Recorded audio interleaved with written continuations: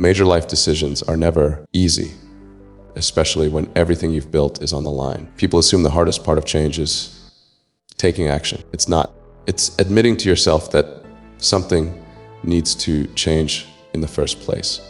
For me, that realization didn't happen in a boardroom or during a crisis. It came quietly, a moment between success and stillness.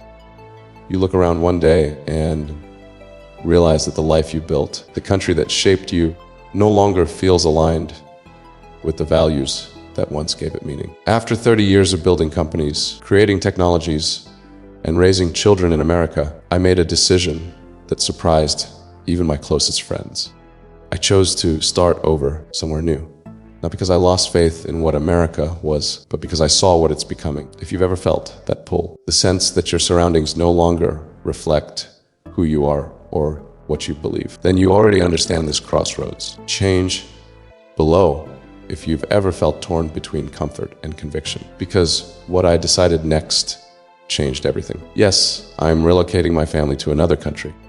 That sentence still feels strange to say aloud. For decades, America wasn't just a place I lived. It was the engine of my dreams. It rewarded ambition. It celebrated risk. It gave me the freedom to fail, learn, and try again. So this isn't a story of rejection. It's a story of preservation. I'm not leaving out of anger. I'm not chasing tax advantages or political points. I'm leaving because I want my children to inherit the same sense of possibility that I once felt. The belief that ideas matter more than ideology, that freedom of thought still means something, and that success doesn't come from permission, but from perseverance. This choice wasn't impulsive. It was months, years of reflection. When you build companies, you measure risk with precision. But when you build a family, you measure values. And lately, I've seen too many of those values, curiosity, independence, courage, diluted by a growing fear of standing out. This wasn't about escape. It was about protecting what I believe defines a meaningful life. It was about preservation. When I first came to America, there was an unwritten rule: if you can build it, build it. That rule built the internet. It built reusable rockets. It built the kind of optimism that said, why not? Instead of, are you allowed? But somewhere along the way, we traded that daring spirit for a culture of permission. A mindset where innovation needs pre-approval before imagination even begins. I've watched bright engineers spend months writing compliance memos instead of code. I've seen life-changing technologies die in committee meetings because no one wanted to take responsibility for risk. If Thomas Edison had been forced to file an environmental impact report before testing every bulb, we'd still be living in the dark. Regulation has its place. I'm not against structure. But innovation thrives on iteration, not hesitation. The moment we begin asking who will let us, instead of how do we do it, we've already lost the race to the future. And that's what I began to see, not just in business, but in culture. People more afraid of being wrong than excited to be right. Innovation slowed not by failure, but by fear. The second thing that deeply unsettled me was education, not the concept of learning, but the erosion of who gets to shape it. When my older children were in school, I trusted that teachers and parents shared the same mission: help kids think independently.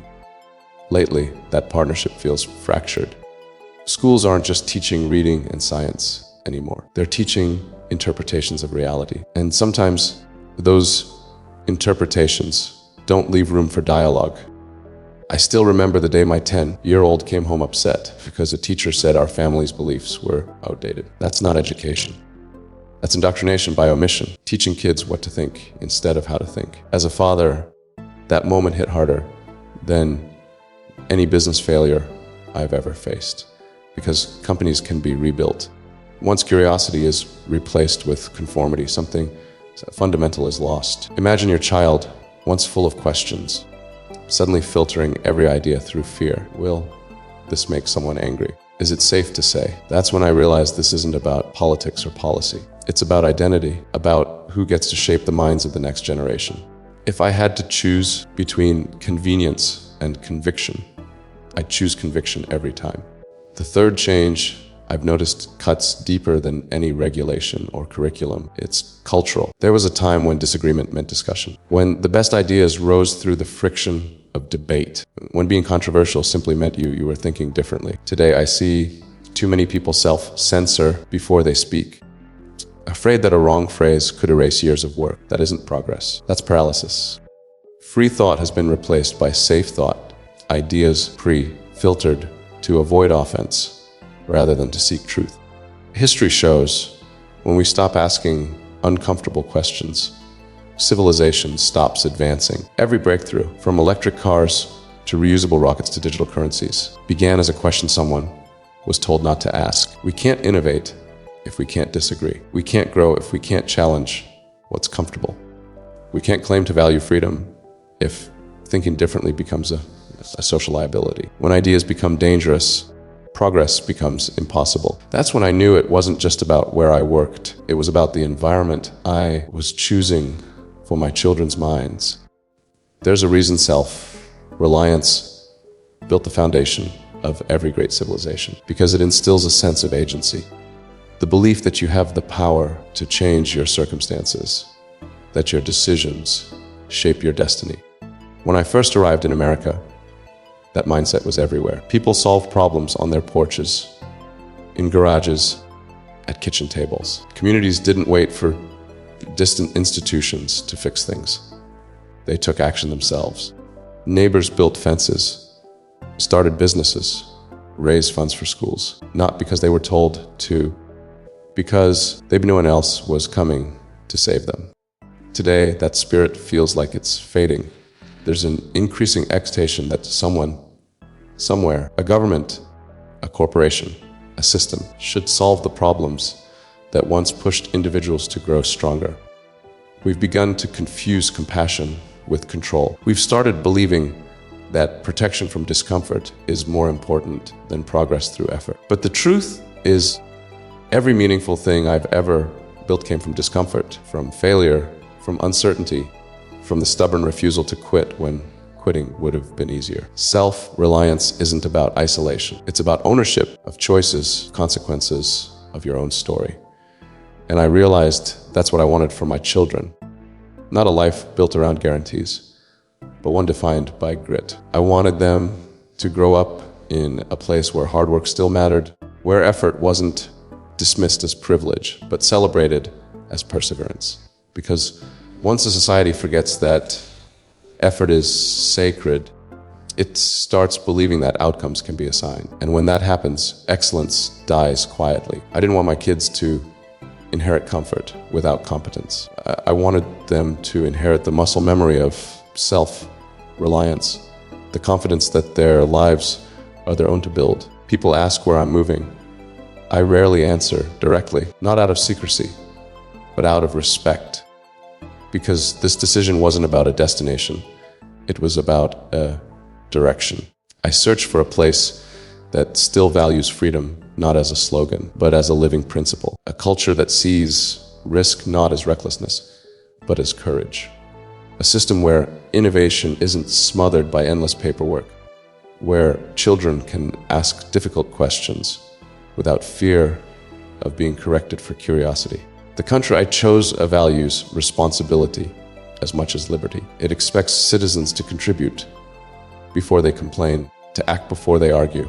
Its education system prizes evidence over ideology, inquiry over conformity. It wasn't an easy choice. The logistics alone are daunting. Restructuring businesses across borders, navigating new legal systems, establishing new homes, balancing different time zones. My schedule is now split across oceans. Meetings that once started at 9 a.m. might now begin at midnight. But complexity isn't the same as regret. Every meaningful transformation has friction.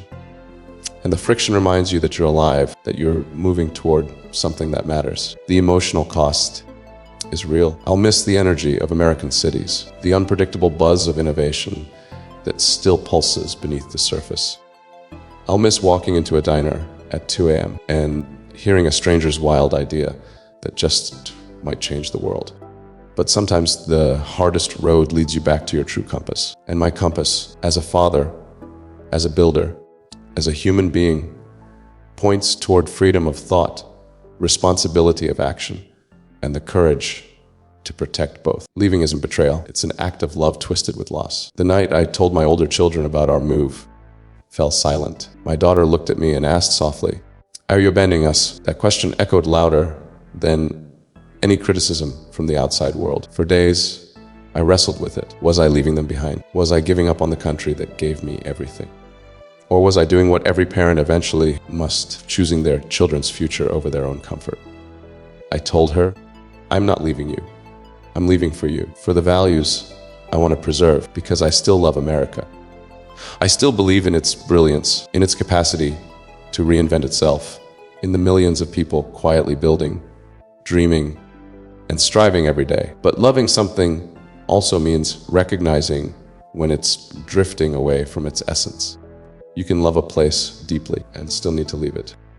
I'll still return often for work, for family, for moments that tie me to the past. Each visit will feel like seeing an old friend who's changed in ways you can't fully understand. You smile, you reminisce, you remember why you cared, and yet you know you can't stay. The hardest part of progress is realizing that holding on can sometimes mean holding back. I've met people who tell me, "I wish I could do what you're doing, but it's too late for me." That phrase, "too late," is one of the most dangerous lies we tell ourselves. The truth, it's never too late to realign your life with your values. It's never too late to make a choice that feels both terrifying and right. History is full of people who made their greatest contributions long after society said their time had passed.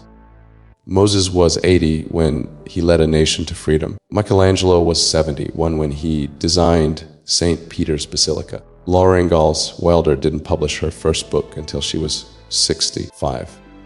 Age doesn't limit potential, it amplifies wisdom. It gives you perspective, resilience, and clarity.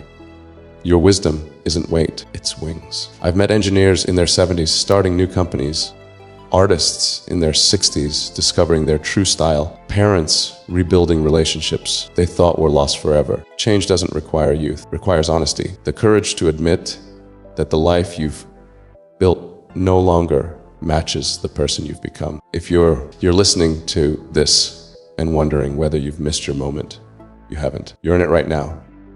The question is, will you act? I didn't make this decision because I stopped believing in America. I made it because I still do. I believe this country can rediscover what made it extraordinary, the courage to question, to create, to dream beyond consensus. The same spirit that once took humans to the moon, cured diseases, and built companies from garages can rise again. But renewal never comes from waiting. It comes from example, from individuals living their values so loudly that others remember their own.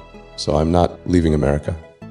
I'm leaving for America. For the principles that once defined it: freedom of thought, self-reliance, curiosity without constraint, and responsibility without excuses.